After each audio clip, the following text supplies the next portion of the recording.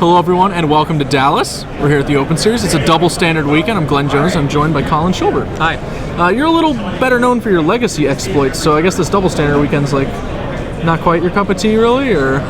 It's okay. I still play standard, and I brought a legacy deck to play today, so you can get your fix. I get my fix one way or another. Yeah. Well, you're playing a deck that is a little reminiscent of legacy in the standard portion itself. You're playing Rug Delver. Mm-hmm. Yep. You've obviously got the namesake Delver of Secrets, a bevy of instants and sorceries to turn them on, mostly instants, of course.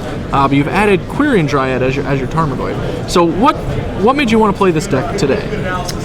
Well, I saw a winning list from a PTQ like about a month ago that was just blue-green, and I thought it was an interesting take on the deck, and it was an interesting angle to attack the format.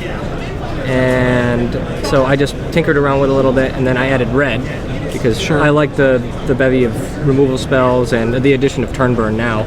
And I just thought it was a nice way to play a deck without just sticking to whatever else everybody else is playing. Yeah, Searing Spear's been one of the better spells in Standard for some time. Obviously, Pillar of the Flame just got a lot better with Voice Resurgence. Yep. And Turn and Burn, one of the cards people are expecting to do some pretty big things. It's been very impressive. A lot of people have pointed out it's a solution to Thragtusk. I've actually been more impressed by it as a solution to things like Falcon Wrath Aristocrat and stuff like that. So it's definitely a removal spell to look at. Yeah, and Angel of Serenity. Angel of Serenity, big game. Simic Charm, also a pretty reasonable answer to Angel of Serenity, even though you don't actually quote kill the angel. Oftentimes, like bouncing it to avoid the trigger, getting their guys back or whatever can be relevant. But in your deck, obviously, it can also just be a straight lava spike. It really takes advantage of all three modes on the spell because I don't run Runechanter's Pike.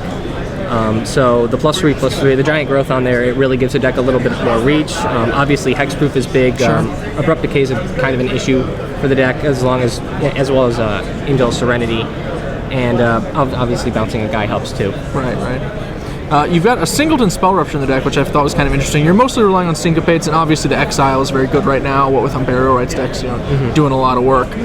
But I'm personally a big fan of Spell Rupture, and I was wondering, how has the card performed for you? It's done pretty well. I chose it over the last Syncopate in the deck because I don't usually operate on a lot of lands, and if I'm playing against a mid-range deck, they'll be able to have a lot more lands than I do. Sure. And Syncopate might not be able to get there, whereas a Spell Rupture with a 4/4 Quirion Dryad might. So I figured, it's an interesting mix. I've had some good games with it, some bad games with it, but it's definitely here to stay. There are a few interesting cards in your sideboard. You've got some stuff like Rolling Temblor or whatever that I would normally expect Naturalize, pretty common stuff. But Talaran Sky Summoner is a guy who, sort of just faded from the spotlight after Delver receded. And this deck, it seems like you're making great use of him. You've already got, the Think Twice engine to turn on your Quirion Dryads, make your Delvers a little better. Obviously, Talaran goes excellently with that. So where are you bringing Talaran in? I will bring him in pretty much any matchup where, well, I can argue to bring him in almost every single matchup, but he's very good against any control matchup. He's very good against any matchup where I need to flood the board really easily. Sure. And he's also good in any matchup where the main creatures like Delver Secrets and Quirion Dryad are going to be hit by Abrupt Decay because he's a little more durable in that sense. So the only matchups that I don't really expect to see him in are like against quick aggro matchups. Okay. Yeah, he seems pretty excellent in matchups where the opponent has like very little spot removal or where they have a lot of spot removal.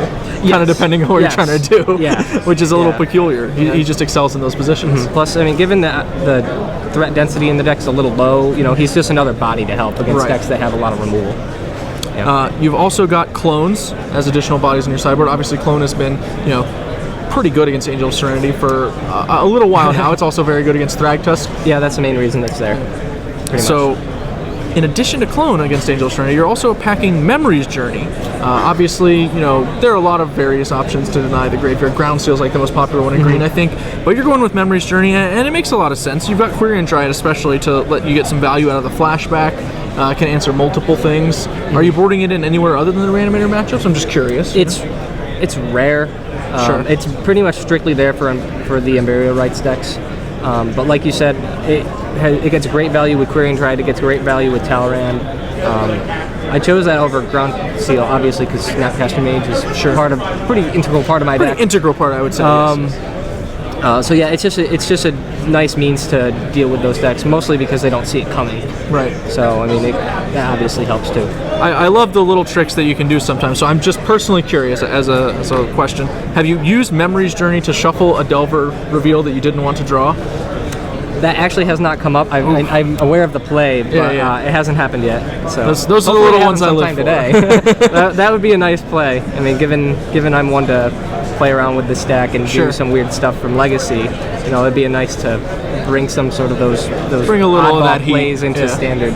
Yeah. All right. Well, what kind of decks do you like playing this deck against, and which ones are you a little reluctant? Just for the viewers at home, if they want to take this list to their next FNM, you know, what should they be scared of? If scared of decks that pack a lot of removal. Jund min range can go either way, because if they get a removal heavy hand and then hit like a Thragtusk or something, that can be difficult. Decks with a lot of Supreme Verdicts, like a blue-white-red isn't a bad matchup, but if they're running a lot of Supreme Verdicts on top of Searing Spears and Azorius Charms and other stuff, that can be a bit of a headache. Really, that's the only stuff that I'm worried about. I'm confident in the Reanimator matchup, especially after board. I bring in all of these cards, Clones, Memory Studies, and Talrans. Just get full superiority in the air and keep them from angeling you? Yeah, and they have, well, between Simic Charm and Clone, Angel of Serenity is kind of weak in that matchup. Yeah. I don't mind aggro decks as much, because post-board with all the red removal spells, and then is it Static Caster and Rolling Tumbler. Those matchups I feel pretty good about.